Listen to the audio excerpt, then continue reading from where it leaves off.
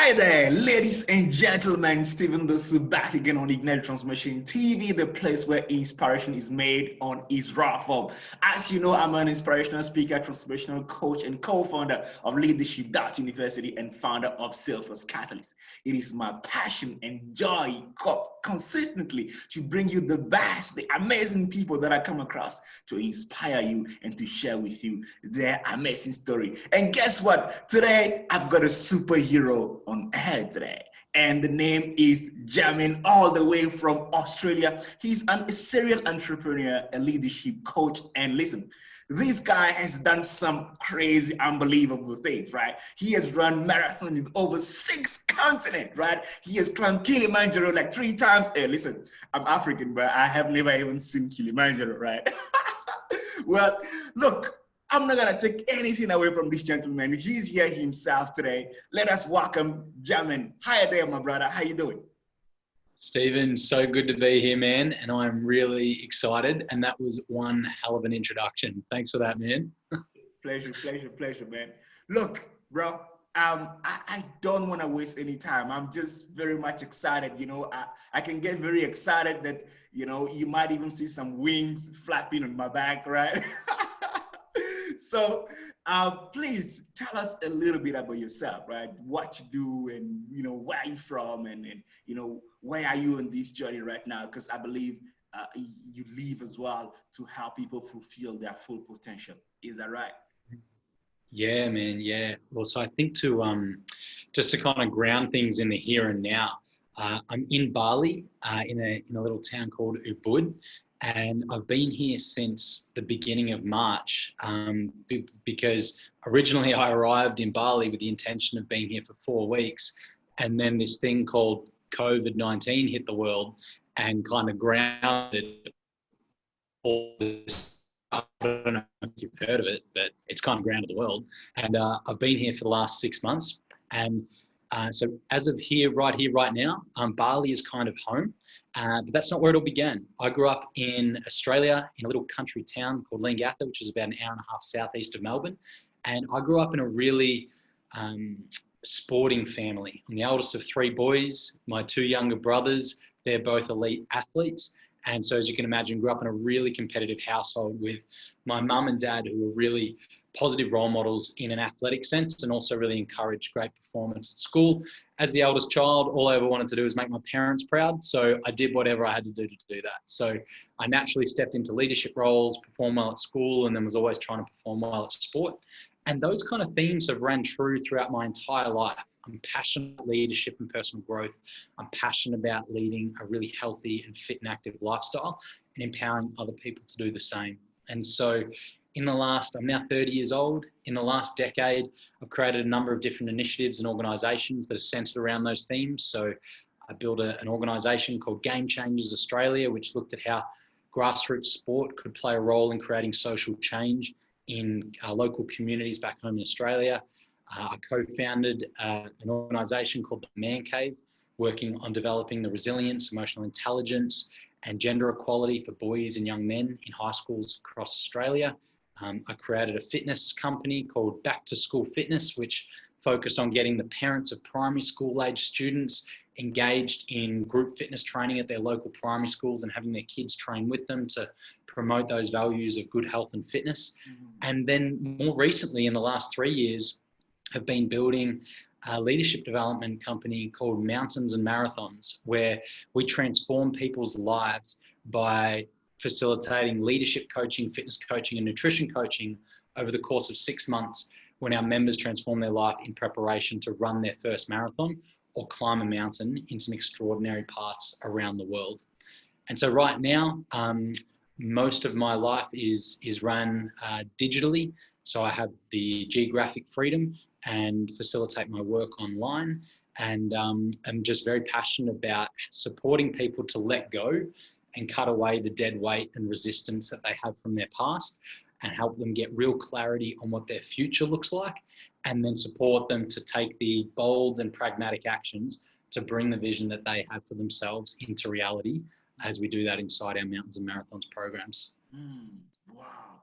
Look, man, one thing that impresses me is how you were able to build a bridge between living, a fitness lifestyle to actually developing and growing yourself, right? How did you come about that vision, Because I mean, it's one thing to run, and to live good life and, run in the morning just to stay fit, right? Get that cardio workout, but it's also wanting to grow, in your leadership role and discovering your sense of leadership and, being willing to self-develop, every single day.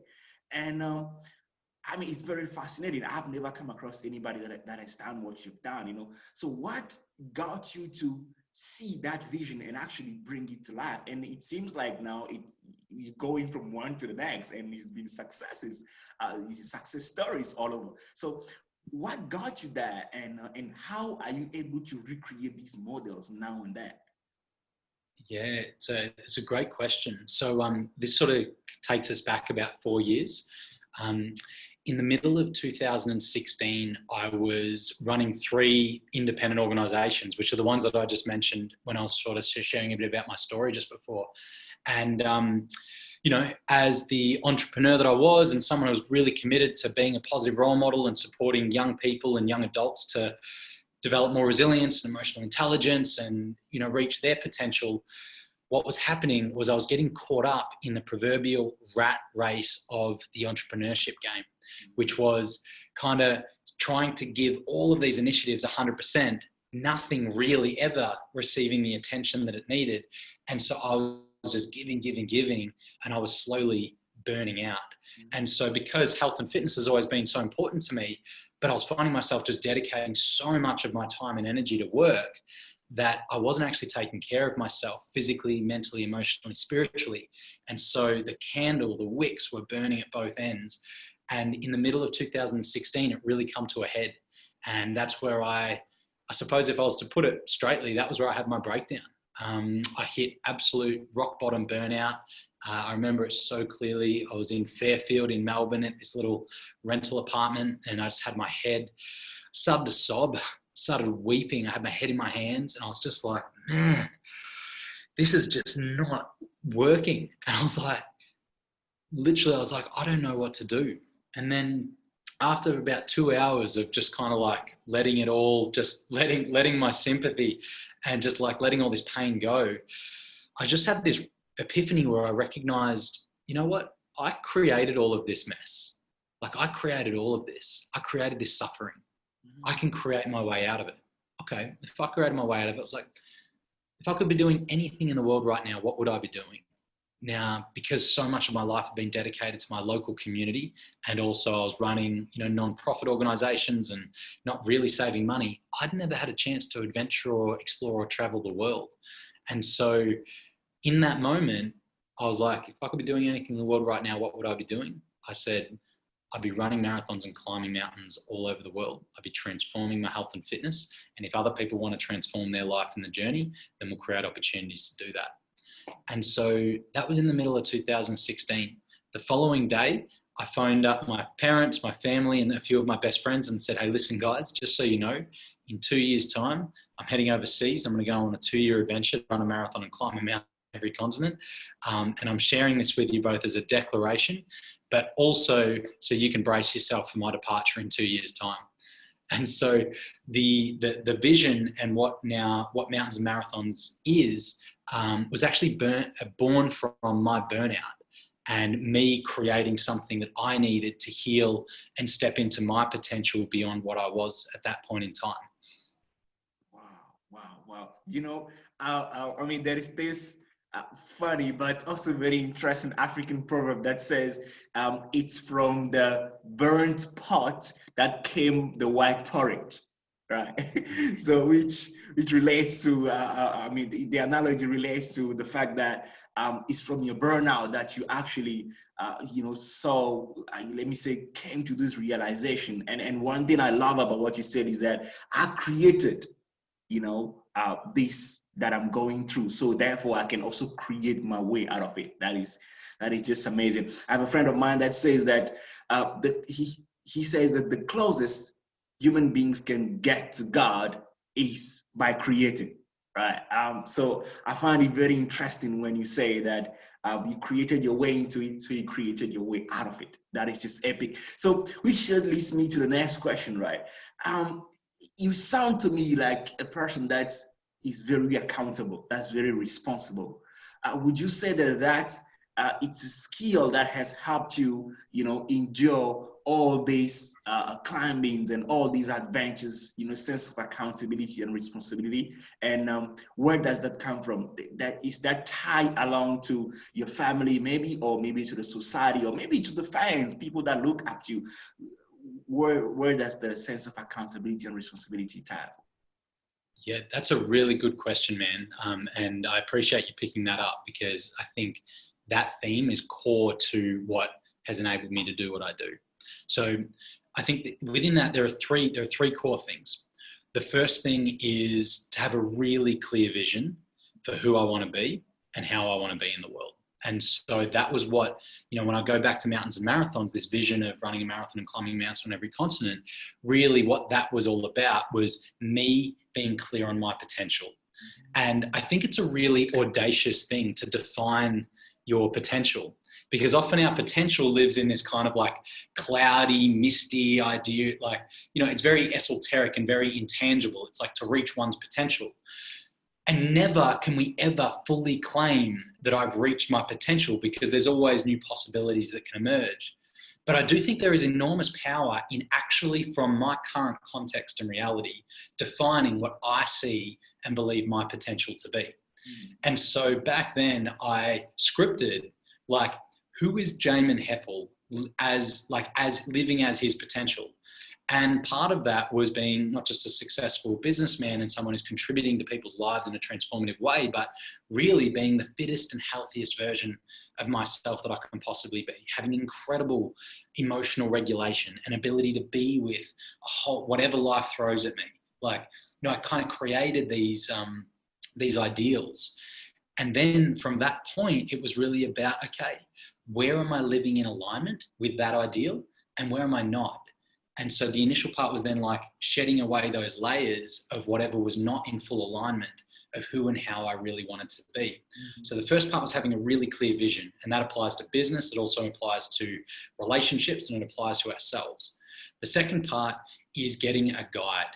So having coaches and having people around you who have either been there and done that, or can provide an objective perspective on how you're going and what you're doing.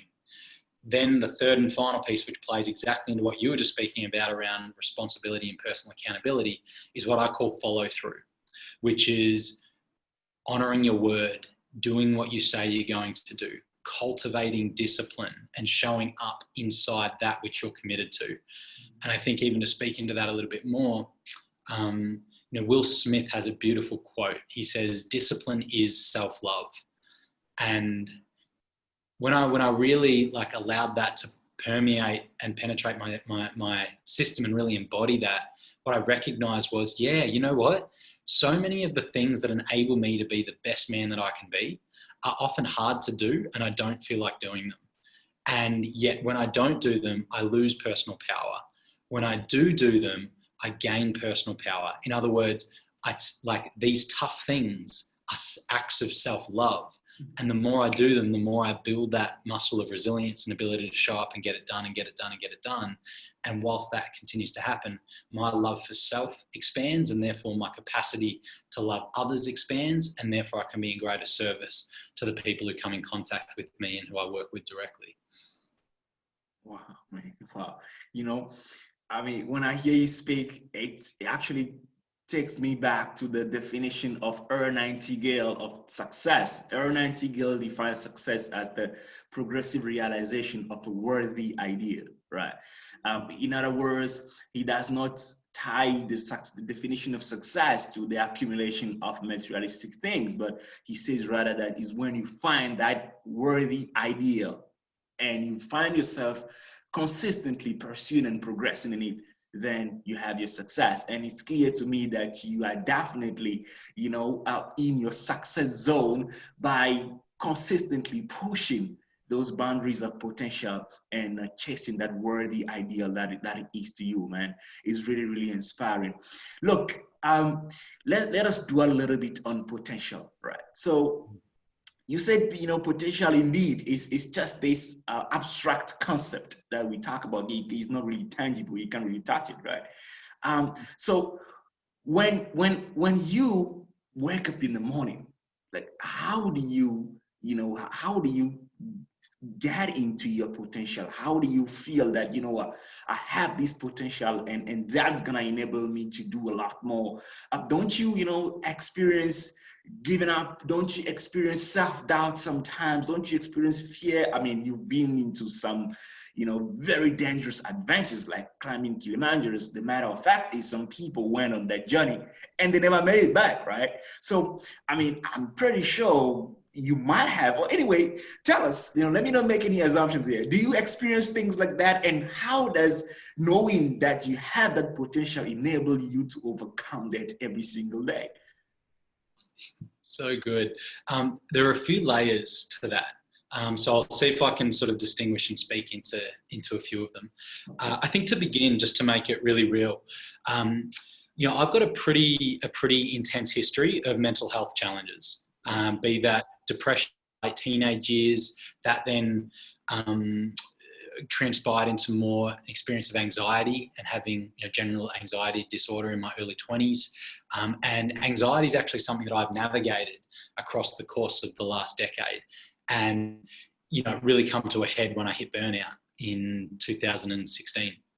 And part of the recovering of burnout was choosing to create mountains and marathons for my own healing journey, and in return the healing journey of other people as they move into their own periods of transition as they take on our programs. So as far as the experience of self-doubt, of fear, of uncertainty, I'm as human as anybody else when it comes to those emotions and that critical self-talk. Like, that's something that I've certainly been in conversation with for a very long time. But I think something that I realized is that, when I talk about potential and defining our potential, is it merely exists as a possibility. And as creators, there are infinite possibilities for who we can be and how we can be and what we create in the world. Infinite. Mm-hmm. And inside that infinite potential also exists a whole bunch of overwhelm, because there are just so many ways in which we can be in the world, and there's so much we can do and create that sense of overwhelm can kind of be stifling. And so we just kind of don't do anything and just sit on autopilot and just go with the flow. And what I really got connected to is, well, you know what, if I was to define my potential and just be really clear on what that is, not so much where it highlights the gap between where I am and where I want to be, but more so reflects that of how amazing would it be to live into that as my reality and be that kind of person. So it's this kind of thing that it inspires me, it pulls me towards it, as opposed to being the confronting thing of everywhere I'm not that, which is where the dance between high levels of personal integrity and self-discipline combined with compassion and forgiveness. It's about being able to find that, being able to balance that dance.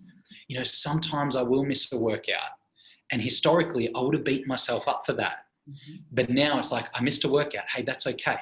Back on the horse. Like, okay, you didn't honor a healthy nutrition regime today. Hey, all good. Hey, don't beat yourself up. All good. Back on the horse tomorrow. And so it's this dance between like being really clear on who I want to be, how I want to be in the world, distinguishing the not just the mindset, because mindset's a big part of it, but also the pragmatics of like, what do I do on a daily basis? What are those habits? What are those rituals that when I do on a daily basis give me the compounding interest over time to transform and be and become the person who I'm really inspired to be in the world? And so my approach is bringing like a high level of pragmatism into like one's transformation. Just like building a muscle, you got to go and work it out. And then you do the workout, you recover, and then you show up and you do it again, you do it again. And over time, you get the results. I'm a big believer in our collective transformation, that like as a holistic transformation, that we can apply the same thing with these little micro habits and rituals across the course of each day to facilitate that kind of transformation. In addition to that, which kind of speaks into this broader sense of transformation, is I think there are two primary paradigms of transformation. One is what I just shared, the pragmatics, like do these little things on a daily basis, and we get the compounding interest effect that happens when we do those things. And discipline is core to that. Honoring our word is core to that. The other part is like a paradigm shift, which can exist in a conversation. It can exist in watching a documentary. It can exist in doing a 3-day leadership training, where literally your model of the world gets taken out and then a new model gets put on. And so you start seeing the world through a different lens. That's a different kind, that's the other side of transformation. So there's the paradigm shift as well as the compounding interest nature of transformation. I think when we can engage in a combination of the two that are both in alignment and service of this higher vision that we have for ourselves, it empowers us to be who we really want to be right here, right now, because I'm showing up inside of that potential. Whether I define myself now as that, that's not the point. The point is I get to be the kind of person who shows up as this as a possibility. If that's kind of making sense. Yeah, definitely, man. Definitely. Definitely. It is making a lot of sense. I mean, I don't usually say this, but one of the quotes that, that defines almost everything I do comes from the Romans 12, Romans chapter 12, verse 2, which says that be transformed by the renewing of your mind. Right. So when you go through, a process of renewal of the mind, you definitely go through a process of transformation. And that's what you're talking about. And one thing I also picked up in what you say, it relates to this quote of Jim Rohn, which says that a vision of yourself enables you to pull yourself through difficulties and pain, through victories and successes, and again. Therefore, when you have a clear view of yourself on the other side, you are able to wake up in the morning and go again, regardless of whatever fear or self that you're experiencing. Am I speaking your language right now, Jamin?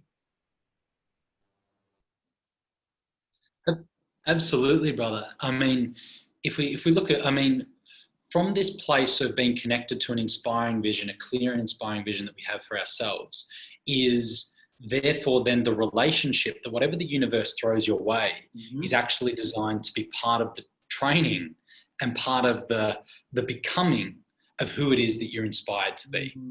So then begs the question, when challenge shows up, when life throws tough hurdles at you, the question becomes, well, how am I going to show up that is in alignment with who and how I really want to be?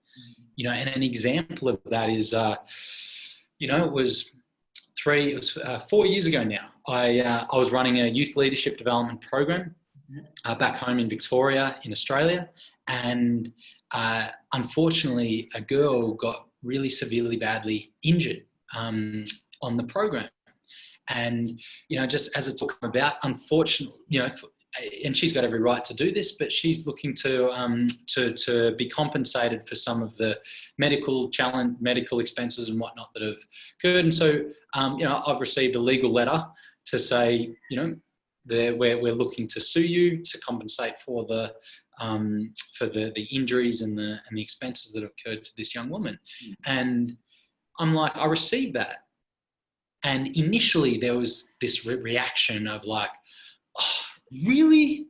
This is like 4 years ago. Really? Like, I've got to deal with this now? And like, that's just so annoying. Come on, just like, let's just get over it. And I had that initial kind of like a little boy reaction. And then once I was able to kind of like let that sit, I was like, well, all right, this is reality. You've received this letter. You need to respond to it. What would be the most vision aligned, as far as my vision, what would be the most vision aligned way of responding to this? And then it was just simply a matter of going, okay, I need to be responsible for how I show up inside this whole circumstance. I need to make sure that I do my homework. I need to make sure that I've got the systems in place. I need to make sure that I'm engaging with the right legal people to give me the right advice, be able to navigate the system, and just coming at it from a really almost like a no big deal perspective, because I'm like, my vision, like who I want to be in the future, would bring a no big deal way of being to something of this nature. Whereas I look at it and go, other people would be freaking the hell out. They'd be pointing fingers. They'd be resentful. And I'm just like, that's just not how I want to be. That's not my ideal self. Therefore, I've got a choice in this moment to decide how I show up. And, I think that's just an example of a little hurdle that got thrown my way this year, where I'm like, you know what, I'm actually really proud about how I received it, and then in turn process whatever I needed to process and let go of any projection and judgment to then respond in reality to be with the circumstance. And the outcome will be what the outcome will be. I will be able to stand in my own integrity and know that I showed up in a way that I can be proud of, and that I'll share stories about for the rest of my life.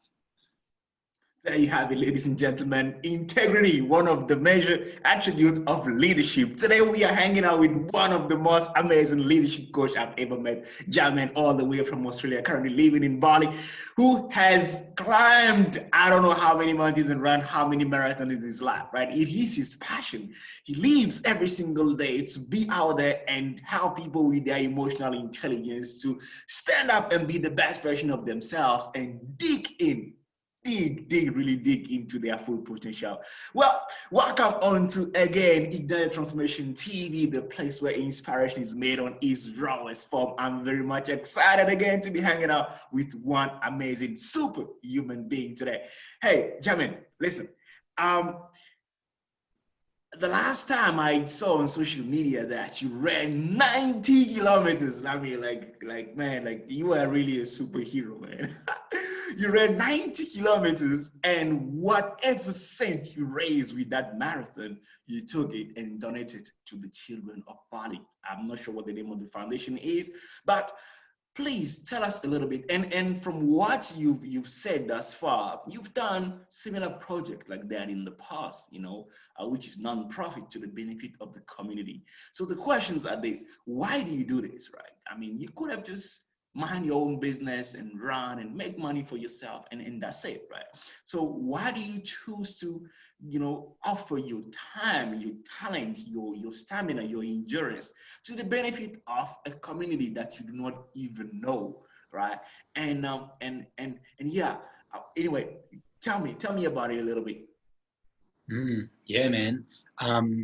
Well, I think there are two parts to this. Okay? Like, one is growing up in a small country town, and with the parents that I had, my dad was the local football coach, mum was the team manager. Both my grandparents were like heavily involved in the local church, and so constantly volunteering and donating their time. So I think the nature of being someone who contributes to the community and understands the importance of that was ingrained in me quite young. So I think that's kind of it as a foundation. Next, I did an enormous amount of volunteering in my early 20s on youth leadership development programs, because I was so inspired by those leaders who led me when I was in my late teens, and I wanted to be able to give back and support young people in the same way in which I'd been supported. So there was always kind of like that pay it forwards nature, which was ingrained in me from a young age all the way through to now. So that's one part. The second part then is coming back to it, speaking about our potential. When I created a vision for myself and who I want to be and how I want to be and what difference I want to make in the world, part of that ideal creation is that of being an ultra endurance athlete. And at the time when I created that, I'd never run a marathon. The furthest I'd ever ran was half marathon, 21 kilometers. And yet I had this vision for being someone who was an ultra endurance athlete. And so as the last 3 to 4 years has unfolded, I've consciously taken the actions to align myself with being that of an ultra endurance athlete. I got the coach, I followed the instructions, I got the dietitian, and then followed the plan, stuck to the plan. And then, just as we were saying before, we make those little investments over time, and we get the compounding interest of that. And I think fitness is a beautiful reflection of that, just like money in the account. over time you build up this solid base that enables that, the kind of physical undertaking of running 90 kilometers to be possible. And so I think with those two of like always being passionate about contributing to community, combined with my own personal drive to push my own boundaries and achieve physical pursuits that would seem like completely unrealistic 4 years ago, the combination of those two, well, here we are. We're in COVID. I landed in Bali with the intention of being here for 4 weeks. In November last year, I registered for my first 90-kilometer ultra marathon to be run in France at Mont Blanc in the French Alps. And naturally, when COVID hit, the whole running world and the event calendar just completely wiped out. And so I would, at this point in March, when COVID really, affected the world, I said to myself, I said, you know what? It's likely that this event in France is going to be cancelled. So no matter what, I'm going to run 90 kilometers no matter where in the world I am on the 28th of June. And so there we were. I was only expecting to be in Bali for 4 weeks, maybe 8 weeks maximum. And what I realized, I was like, whoa, I don't know if I'm actually going to be leaving this place because the world is still in such a lockdown. In addition to that, and you would know this, Stephen, being based in Bali as well yourself, is like the local people here are extraordinary. And yet the impact of COVID with, 90% of tourists leaving, it's really, ripped a hole in the economy of Bali. And so I recognized that I was living such a safe and privileged life here. And yet there were a lot of people that I weren't seeing who were struggling and suffering as a result. And so as things got closer and closer to the 28th of June, I was just like, you know what? I think this is worthy of, I think what I'm doing here, of running 90 kilometers, it could get some attention. That could be something inspiring for other people.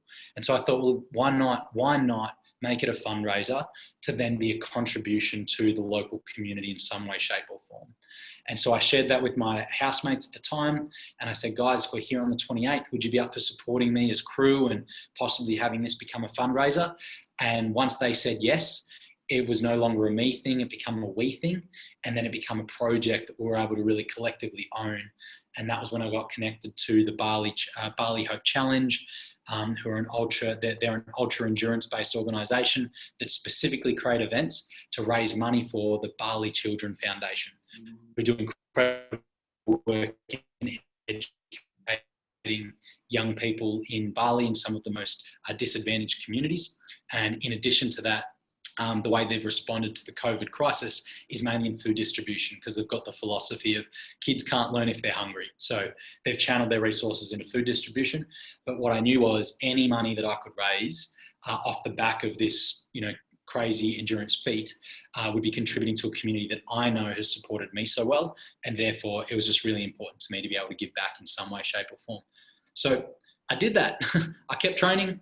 I organised the logistics crew. We all banded together.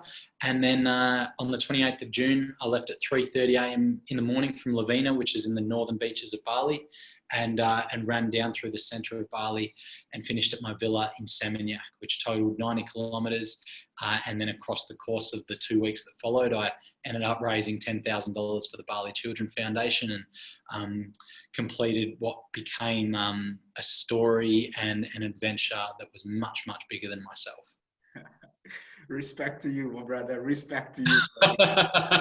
Thanks, man. You are the man. Like I was saying before the beginning of this interview. So I used to look up to Usain Bolt a lot, right? So the analogy I was giving was that every little child looks up to their superhero, and when we were kids, most of us was Batman or you name it. Now he's Iron Man and many more, right?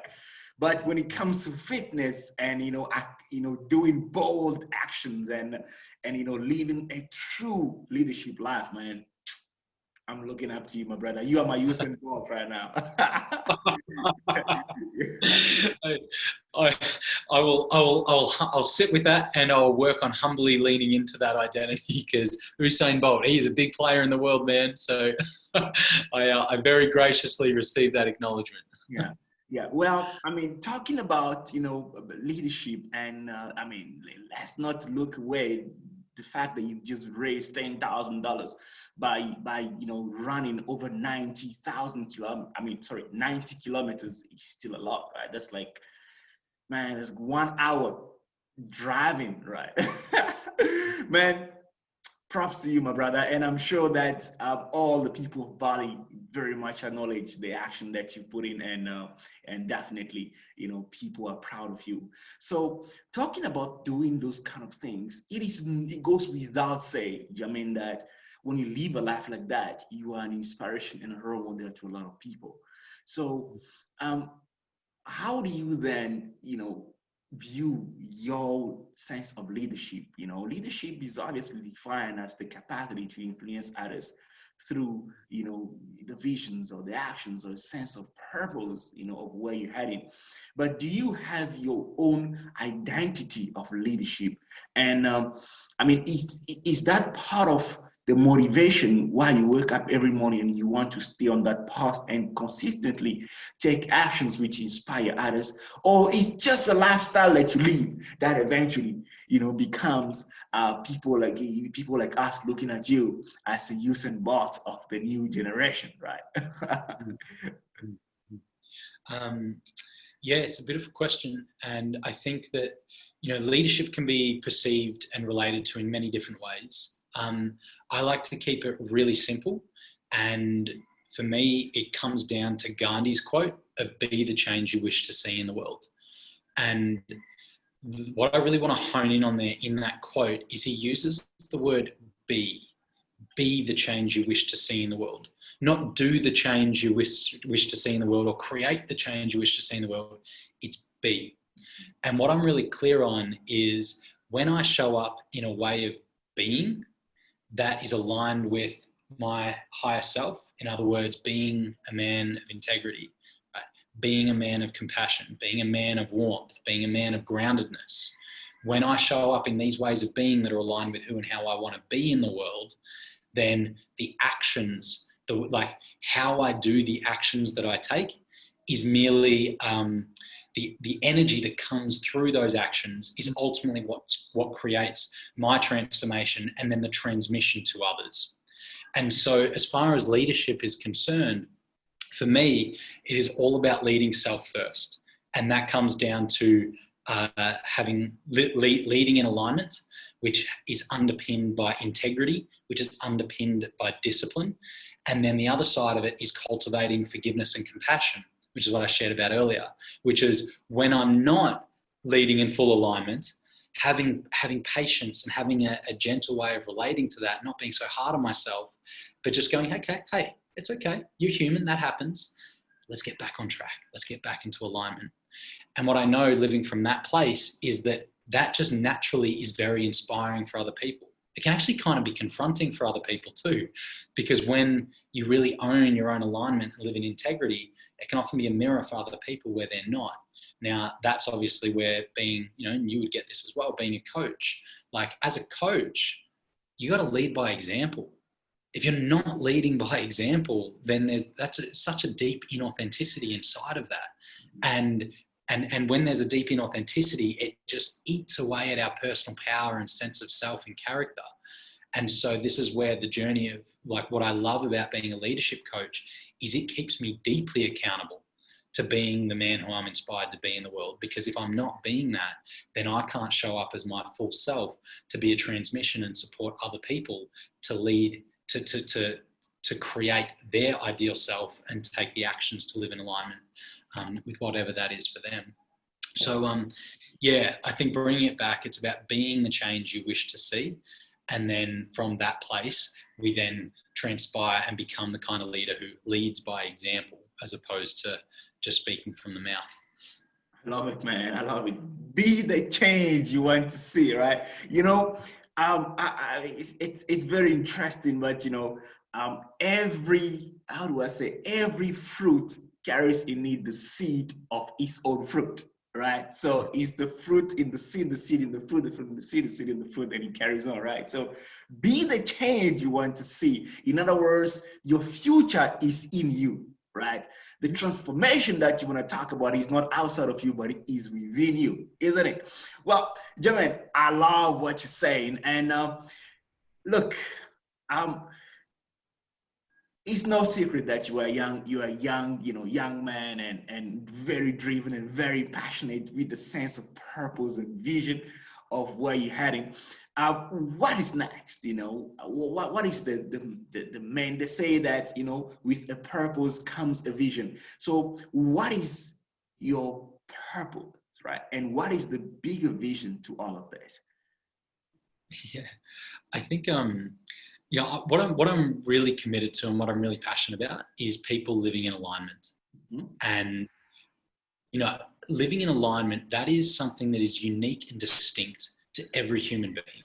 Mm-hmm. And I believe where that lives is actually in the inquiry and in the creation of our vision for ourselves, and having that creation stem from a deep truth within us of deeply knowing who we want to be and how we want to be in the world.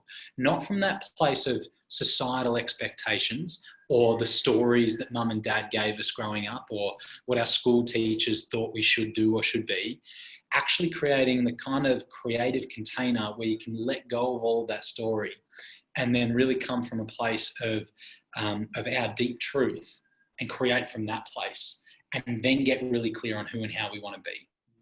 From that place, I believe if people got really connected to their possibility, what their potential is, and then started to really strip away and take the actions that are in alignment with being and becoming that individual, that's what I'm really committed to. I want to generate that movement where people are willing to take on the audacious task of defining their potential, knowing that it's not the truth of their potential, because we'll never know what that is, but from our current context, creating who they're really inspired to be.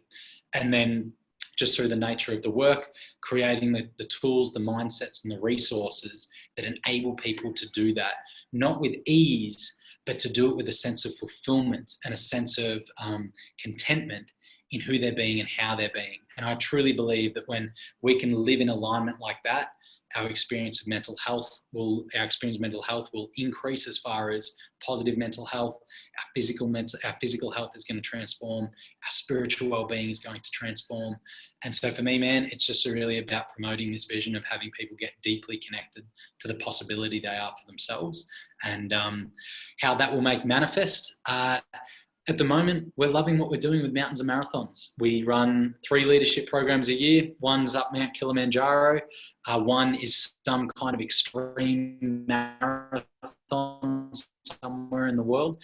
And then the other is a specific program designed for our graduates, so people who've completed our programs before. But I think the world will probably see me speaking a bit more moving forward. So I've kept a pretty low profile and not being sort of on stage or putting myself out there. But I feel like that's kind of really calling me in, moving into 2021 and beyond, is having a place on the stage. And then, I've never shared this publicly, but my big 10-year vision as something that's just super audacious and just seems so outrageous is to run a marathon on the moon. What? all right. Okay. Yeah. And this was crazy. Yeah, dude. I'm just, and I want to build, I've got this vision of building this documentary or this initiative called Moonshot, which begs the question, what's your moonshot? What's that thing that would just seem so crazy and so audacious and so outrageous, but if you got after it with all of your being and all of your heart and all of your fiber and all of your spirit, who would you become in the process? And so, I think there's something about that for me going, I don't even know if that's possible. But the idea of running on the moon sounds like one of the most insanely crazy adventures I could possibly entertain. And who I would need to become and be in the process of bringing that to life would require a transformation of who I am now. And I'm kind of like, that would be something cool to discover. I'm thrilled, my brother. I am so thrilled. And definitely I want to be there when you run it that. No doubt. Look, Jamin, we're getting at the end of this. What is your message to the youth straightforward to the youth. I mean, you've said a lot, definitely, and I know that my listeners and viewers are getting a lot out of this. But what is the one liner that you can give to the youth that are coming up and they consistently exposed to this world of strife and sorrow? What would you tell them? It's a beautiful question, and I've reflected a lot on that. It's like, what's the message? If I was given 3 seconds with a microphone to the world, what would it be? And it'd be something along the lines of this: own your truth, own your deep truth, because your deep truth always transcends the narratives of society. It transcends what mum and dad told you. It transcends what your school teachers told you and peer pressure. It transcends all of that. When we own our truth, it empowers us to live as our fullest expression as a human being, to live in alignment, to live into our potential. And so the key message here is to own your truth. Own your truth. Wow. I love it, man. Own your truth, your deepest truth, because that transcends every story that you've ever heard or been fed about yourself, right? Because that is your true, real identity. Hey, Jamin, I love it. I love it. I love it. It was awesome hanging out with you. Tell us, where do we find you in case we want to, join your program as, the leadership program that you have, or get you as a coach to experience the real transformation of owning our truth and living our full potential. Where do we find you? So good, man. Easiest place to find out about our work is at our website. So that's www.mountainsandmarathons.world. You'll also find Mountains and Marathons on Facebook, so you can check us out and follow us there. And you'll also find me mainly on Facebook, actually. Yeah, just Jamin Heppel. Hit us up with a friend request, and I'd be more than happy to make contacts and connect from that place. Awesome, awesome. There you have it, ladies and gentlemen. That was Jamin, all the way from Australia, living currently in Bali, a leadership coach and a man that has accomplished, extraordinary things. I mean, this man has run marathons, extremely unbelievable, crazy marathons in 6 continents. He's climbed the mountain Kilimanjaro, I think twice, you said, is that it? 3 times. Yeah. 3 times. Hey man, listen, I'm from Africa, right? But I don't even know what color is Kilimanjaro, And look, this gentleman has found a way to, create a solid bridge between living a fit life and developing and growing yourself. But most importantly, unleashing your true potential. And guess what? If the potential is a base that is never full, it gets deeper and deeper and deeper. And Jamin today has the key to that. Is a living testimony of that. And today he has shared with us, the blueprint of what makes him wake up every single day and be hungry for that. What makes him wake up every single day and run and go onto mountains, literally conquer mountains, because that's what we do, right?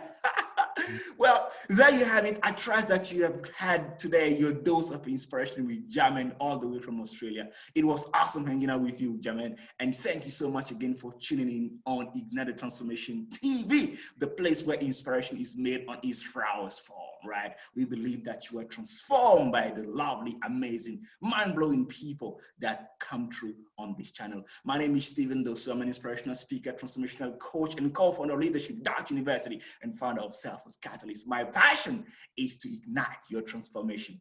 Remember, you too can be great. See you on top and see you soon. Bye-bye. See you guys.